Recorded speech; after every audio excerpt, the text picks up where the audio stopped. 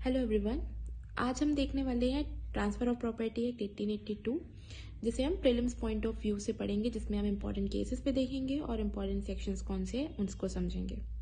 So let's get started. सबसे पहले act की एक जनरल ओवरव्यू की बात करते हैं। टोटल नंबर ऑफ चैप्टर्स कितने हैं इसमें? टोटल नंबर ऑफ चैप्टर्स हमारे हैं 8। टोटल नंबर ऑफ सेक्शंस इसमें 137 है और सेक्शन 1 जो है वो ये बताता है कि इसका कमेंसमेंट कब हुआ है, विच इज़ ऑन 1 जुलाई 1882।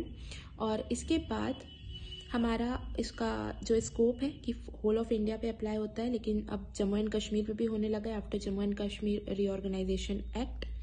तो ये सारी चीज़ें सेक्शन 1 में लिखी हुई हैं। उसके बाद अगर हम बात करें सेक्शन 2 की, सेविंग क्लॉज है, नॉट वेरी इंपॉर्टेंट।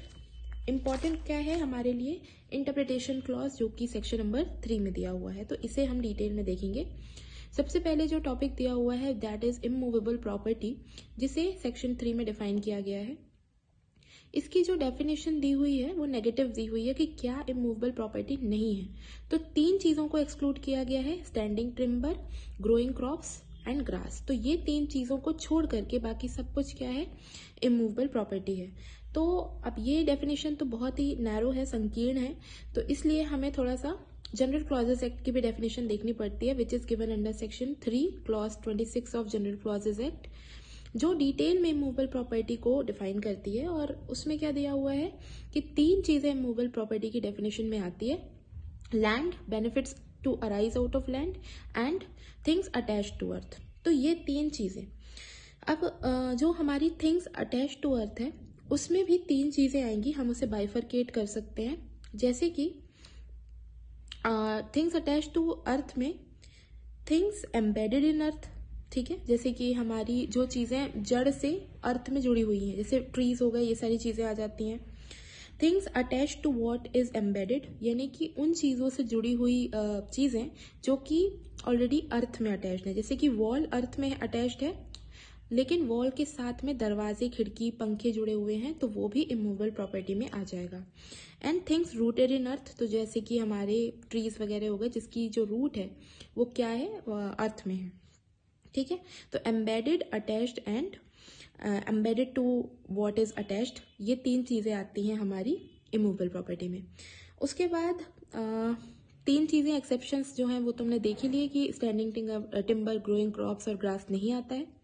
उसके बाद अगर हम देखें तो कुछ इंपॉर्टेंट केसेस इससे रिलेटेड है, जैसे कि Shantibai versus state of Bombay का केस है जो इमूवेबल प्रॉपर्टी से रिलेटेड है, जिसमें यह बोला गया है कि इंटेंशन देखा जाएगा, अगर ट्रीज को काटने के इंटेंशन से ही लगाया गया है तो फिर वो इमूवेबल प्रॉपर्टी की डेफिनेशन में नहीं आएंगे। जैसे कि शीशम वगैरह के जो पेड़ होते हैं, they are specifically produce for the purpose of furniture, तो वो जो पेड़ हैं वो मूवेबल में ही आएंगे, लेकिन जो आपके फ्रूट बेयरिंग ट्रीज वगैरह होते हैं वो किस में आएंगे? आपके इमूवेबल प्रॉपर्टी में। ओके, तो एक लिस्ट भी है जिसमें कि इमूवेबल प्रॉपर्टीज दी हुई हैं, तो उसमें हम देख लेते हैं क्या क्या है। जैसे कि beneficial interest arousing out of land, जैसे कि राइट ऑफ वे वगैरह, ये सब इमूवेबल प्रॉपर्टी में आते हैं। राइट अंडर लीज और टेनेंसी, ठीक है, टेनेंसी या लीज में जो राइट्स मिलते हैं वो भी आते हैं इमूवेबल प्रॉपर्टी में। मिनरल्स को एक्सट्रैक्ट करने का राइट भी क्या है? इमूवेबल प्रॉपर्टी है। Right of fishery immovable property है। Right of ferry immovable property है। Right to collect dues from fair और हेड, ये भी इमूवेबल प्रॉपर्टी है। Mortgage debt and equity of redemption, ये भी क्या है? इमूवेबल प्रॉपर्टी है। अब इमूवेबल देख रहे हैं तो साथ में देख लेते हैं कि कुछ चीजें मूवेबल में आती हैं जो कि लगती क्या है? इमूवेबल। तो एमसीक्यू में पूछा जा सकता है कि कौन सी इमूवेबल प्रॉपर्टी है, कौन सी नहीं है। तो ये लिस्ट आप नोट कर सकते हैं। जैसे कि पहला तो वही एक्सेप्शन हो गया, standing timber, growing crops, grass, ये क्या नहीं है? ये इमूवेबल प्रॉपर्टी नहीं है। देन उसके बाद गवर्नमेंट प्रॉमिसरी नोट्स जो होते हैं, जो हम नेगोशिएबल इंस्ट्रूमेंट में पढ़ते हैं, वो भी क्या है? मूवेबल प्रॉपर्टी है। रॉयल्टी या कॉपीराइट मूवेबल प्रॉपर्टी है। राइट टू वर्शिप क्या है? मूवेबल प्रॉपर्टी है। Then right to enjoy the benefit of fruit trees, ये भी क्या है? अब देखिए यहाँ पे जो आपका फ्रूट को एंजॉय करना, इसकी बात हो रही है, ना कि ट्रीज की। ओके, तो वो क्या है? मूवेबल है। मेंटेनेंस अलाउंस का राइट मूवेबल प्रॉपर्टी है। Decree for arrears of rent movable property है। Decree for sale of any movable property on a mortgage भी क्या है? मूवेबल प्रॉपर्टी है। तो ये लिस्ट याद रखनी होगी। देन हम आ जाते हैं इंस्ट्रूमेंट। तो सेक्शन 3 में इंस्ट्रूमेंट का मतलब क्या है, कोई भी नॉन टेस्टामेंट्री जो इंस्ट्रूमेंट होगा वो क्या होगा, आपका इंस्ट्रूमेंट। टेस्टामेंट्री नॉन टेस्टामेंट्री क्या होता है, जो टेस्टामेंट्री इंस्ट्रूमेंट है उसमें हमारे विल और कोडिसिल वगैरह आ जाते हैं, उससे अलग हटके जो भी हैं वो क्या हो गए, नॉन टेस्टामेंट्री। अब इसके बाद आता है अटेस्टेड। तो अटेस्टेड का मतलब क्या होता है, अगर कोई भी प्रॉपर्टी ट्रांसफर होती है तो वो डॉक्यूमेंट्स के थ्रू होती है। तो जहाँ पे डॉक्यूमेंट का एग्जीक्यूशन करते समय जिस डीड में, जिस डॉक्यूमेंट में दोनों पार्टीज एंटर होते हैं उसे बोला जाता है क्या, उस जो प्रोसेस है उस प्रोसेस को बोला जाता है अटेस्टेड करना। जैसे कि हम सभी जाते हैं नोटरी के पास में, तो वहाँ पे हम कुछ डॉक्यूमेंट्स को अटेस्टेड कराते हैं। उसका मतलब ये होता है कि हमें उस चीज़ को सत्यापित करना है कि जो भी कुछ बोला जा रहा है वो चीज़ सच है। वैसे ही कई बार सेल्फ अटेस्टेड करते हैं, जिसमें कि हम डॉक्यूमेंट्स के नीचे ही खुद अपने सिग्नेचर कर देते हैं।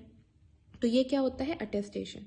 अब अटेस्टेशन की प्रोसेस क्या होती है, यहाँ पे जब भी डॉक्यूमेंट्स का एग्जीक्यूशन होता है तो उसे विटनेसेस देखेंगे, उनके सामने ही वो जो इंस्ट्रूमेंट है वो एग्जीक्यूट होगा और उन्हीं को क्या बोला जाता है, अटेस्टिंग विटनेस बोला जाता है। ठीक है, तो अब अगर हम वैलिड अटेस्टेशन की बात करें तो उसमें क्या क्या चीज़ें होनी चाहिए। पहला, आपका 2 या 2 से ज़्यादा लोग होने चाहिए। ठीक है, हर अटेस्टिंग विटनेस को साइन करना पड़ेगा डॉक्यूमेंट में, और जो आपका अटेस्टिंग विटनेस है उसको एग्जीक्यूटेंट को, यानी कि जो डॉक्यूमेंट बना रहा है उसको साइन करते हुए देखना पड़ेगा, या थंब इम्प्रेशन अगर वो लगाता है वो देखना पड़ेगा।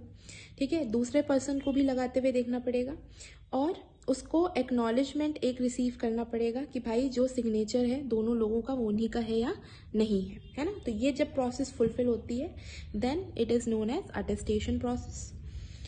फिर इसके बाद हम देख लेते हैं एक्शनेबल क्लेम। तो एक्शनेबल क्लेम क्या होता है, सिंपल सा अनसिक्योर्ड डेट। अनसिक्योर्ड डेट क्या होता है, जहां पे आपने कोई सिक्योरिटी ना रखी हो उसके रीपेमेंट के लिए, तो वो कहलाता है एक्शनेबल क्लेम। या फिर अगर कोई बेनिफिशियल इंटरेस्ट है तो वो किसी मूवेबल प्रॉपर्टी में, तो वो आपके क्लेमेंट के पोजीशन में ना हो, तो वो दोनों चीज़ों में क्या होता है, आपका एक्शनेबल क्लेम। अब एक्शनेबल क्लेम में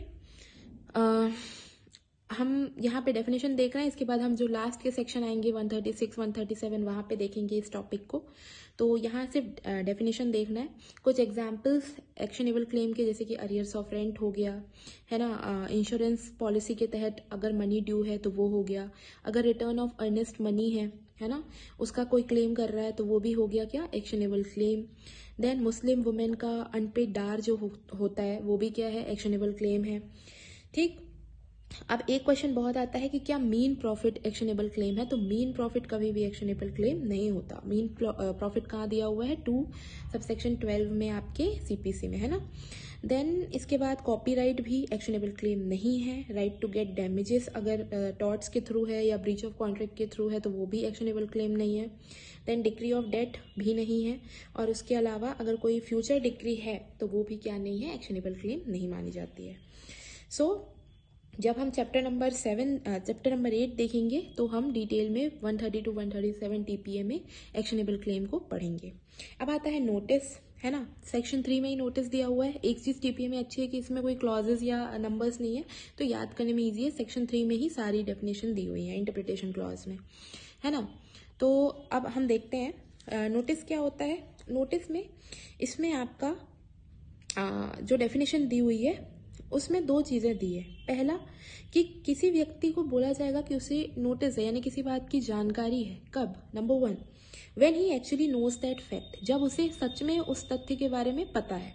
एंड दूसरा, when but for wilful abstention from an inquiry और सर्च, यानी जानबूझकर उसने अपने आप को उस इंक्वायरी को करने से रोका है या उस पर ध्यान नहीं दिया है, which he ought to have made, जो उसको करनी चाहिए थी, और gross negligence he would known it, या फिर कोई ऐसा ग्रॉस नेग्लिजेंस यानी बहुत बड़ी उसने लापरवाही की है। ठीक है, अगर वो नहीं करता तो उसे वो जानकारी पता होती है ना। अब इसमें कुछ एक्सप्लेनेशन दिए हुए हैं। एक्सप्लेनेशन 1 बहुत बड़ा सा दिया हुआ है, लेकिन हम सिर्फ उसका सार समझेंगे। सिंपली ये बोलता है, registration of an instrument is notice of all the fact stated in that instrument. अगर रजिस्ट्रेशन हो जाता है इंस्ट्रूमेंट का तो वो नोटिस है कि उस इंस्ट्रूमेंट में जो भी दिया है आपको उस चीज की जानकारी है। देन एक्सप्लेनेशन 2 क्या बोलता है कि कोई भी पर्सन अगर इमूवेबल प्रॉपर्टी एक्वायर कर रहा है तो ये माना जाएगा कि जो भी उसका एक्चुअल पोजेसर है, यानी जिसके पास उसका कब्जा है, उसको उसके टाइटल के बारे में जानकारी थी, ठीक है। एंड थर्ड क्या बोलता है, third is related to notice to an agent. It is also known as imputed notice which amounts to constructive notice to his principal. तो ये explanation 3 जो है वो किसकी बात करता है, कंस्ट्रक्टिव नोटिस की, ओके। अब नोटिस का सिंपल मतलब अपन समझ गए कि इन्फॉर्मेशन अगर आपको किसी फैक्ट के रिलेशन में है तो वो कहा जाता है नोटिस, ठीक है। अब नोटिस एक्चुअल भी हो सकता है, कंस्ट्रक्टिव भी हो सकता है। एक्चुअल मतलब डायरेक्टली आपको उस फैक्ट का पता है, जानकारी है, एंड कंस्ट्रक्टिव का क्या है कि ये जो कंस्ट्रक्टिव नोटिस होता है ये इक्विटी पे बेस्ड होता है ना। मतलब कि अगर सच में भले आपको वो चीज नहीं पता है लेकिन कोर्ट ये मान के चलेगी कि जो परिस्थितियां हैं केस की उस अकॉर्डिंग आपको वो चीज पता होनी चाहिए थी। आप वहां से बैकआउट नहीं कर सकते हो कि आपकी लापरवाही या उसकी वजह से आपको नहीं पता चला। तो that is what, that is constructive notice. तो ये हमारी सारी इंपॉर्टेंट डेफिनेशंस हो गई हैं। नाउ अब हम आते हैं चैप्टर नंबर 2 पे जो बहुत इंपॉर्टेंट है, transfer of property bye act of parties, है ना। यहाँ से बहुत सारे क्वेश्चंस आते हैं प्रीलिम्स के, काफी सारे इंपॉर्टेंट टॉपिक्स है, काफी सारे इंपॉर्टेंट केस लॉज हैं। तो सबसे पहले अब हमको देखना पड़ेगा कि यहाँ पे हम बाइफरकेट कर सकते हैं टॉपिक्स को, क्योंकि पहला जो टॉपिक है transfer of property whether movable और इमूवेबल जो हम पढ़ते हैं 5 से 37, इसमें आपके दोनों टाइप की प्रॉपर्टी के ट्रांसफर इंक्लूडेड है, यानी मूवेबल भी इमूवेबल भी। लेकिन जो आपका ट्रांसफर ऑफ प्रॉपर्टी है 38 से 53A तक, है ना, तो वहां पे ओनली इमूवेबल प्रॉपर्टी है। तो ये चीज याद रखना, 5 से लेकर के जो आपका है कहाँ तक, 37 तक, that is both movable immovable, and after 38 to 53A सिर्फ इमूवेबल की बात हो रही है ना। कई बार क्वेश्चन आ जाता है कि इस सेक्शन में कौन सी प्रॉपर्टी है, मूवेबल है, इमूवेबल है, बोथ है, नन है, तो उसमें आपको ये चीज याद रखनी होगी।